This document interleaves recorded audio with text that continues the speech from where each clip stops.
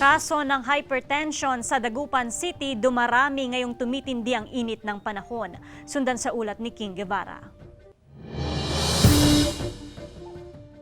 Minsan na raw na stroke si Tatay Romel mula Barangay Maluwad, Dagupan City. Mabuti na lamang umano at nakarecover siya. Kaya naman ngayong patuloy na tumataas ang temperatura. Doble ingat daw siya sa kanyang kalusugan. Basta hindi ako nagpapainit, tubig. Maraming tubig, juice, ganun. Sa tala ng City Health Office, nasa 60% ng mga nagpapacheck up na senior citizen may hypertension.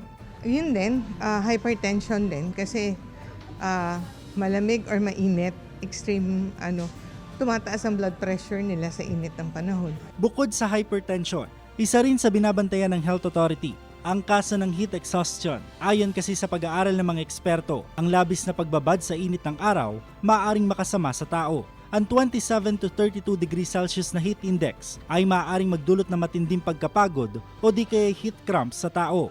Kapag umabot naman ito ng 32 to 41 degrees Celsius, maaaring na makaranas ng heat exhaustion at magdulot ng heat stroke. Kung patuloy itong tataas sa 41 to 54 degrees Celsius, maaaring masawi ang isang individual bunsod ng heat stroke. Yung iba nakakaramdam ng panghihina, pagsakit ng ulo, nahihilo, tapos yun na, bigla na lang nagko-collapse. Kasama si Jing Dakanay, King Guevara, Balitang Amiyanan.